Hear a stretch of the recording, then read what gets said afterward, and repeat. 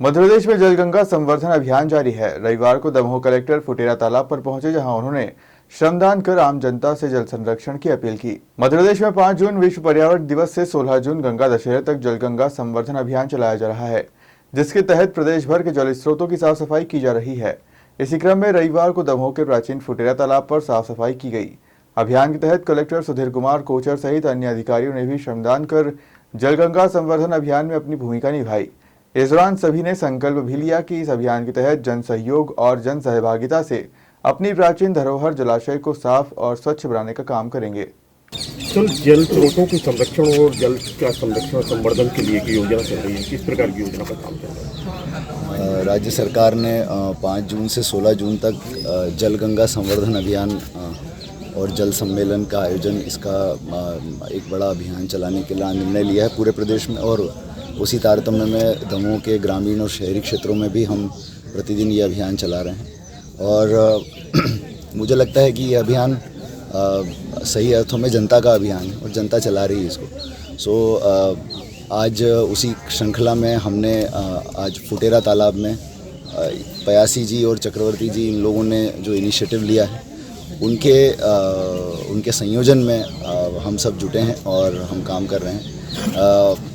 और मुझे लगता है कि इसका श्रेय इन्हीं लोगों को जाना चाहिए, बिकॉज़ जैसे मुझे बताया गया है कि चक्रवर्ती जी पूरे 365 दिन यहाँ पर काम करते हैं, तो असली जल योद्धा तो ऐसे ही लोग हैं। ये पयासी जी लगातार फुटेरा तालाब के संरक्षण के लिए काम करते रहते हैं। ये इनकी पूरी टीम और इसके अलावा अन्य कई सारे हमारे जन अभियान परिषद के माध्यम से संत निरंकारी समाज और इसके अलावा बहुत सारे सामाजिक संगठनों के प्रतिनिधि यहाँ पर उपस्थित हैं, मीडिया के साथी यहाँ उपस्थित हैं। और सबने सुबह 7 बजे से लेकर के अभी सुबह 9 बजे तक सबने श्रमदान यहाँ पर किया है। और हमारा प्रयास रहेगा कि लगभग प्रतिदिन हम इस तरह का अभियान चलाएं। कल हम लोग टारगेट कर रहे हैं कि पुरैना तालाब पर हम काम करेंगे।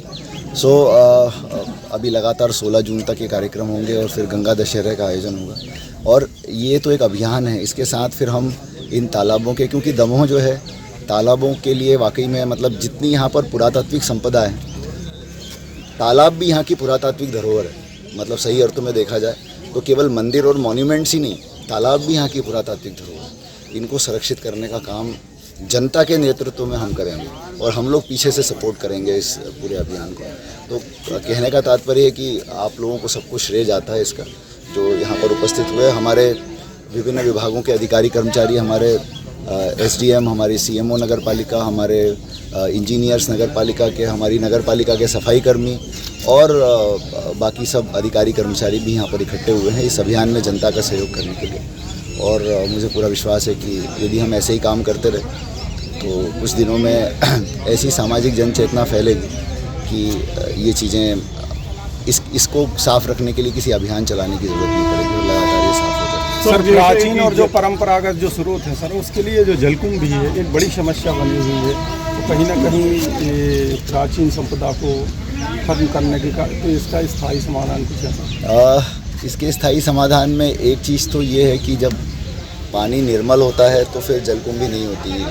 इसका मतलब है कि इस पानी में कहीं से गंदा पानी मिलता है। तो सबसे पहला टारगेट तो हमारा ये है कि यहाँ पर गंदा पानी सीवेज का या कोई और पानी यहाँ पर न मिले।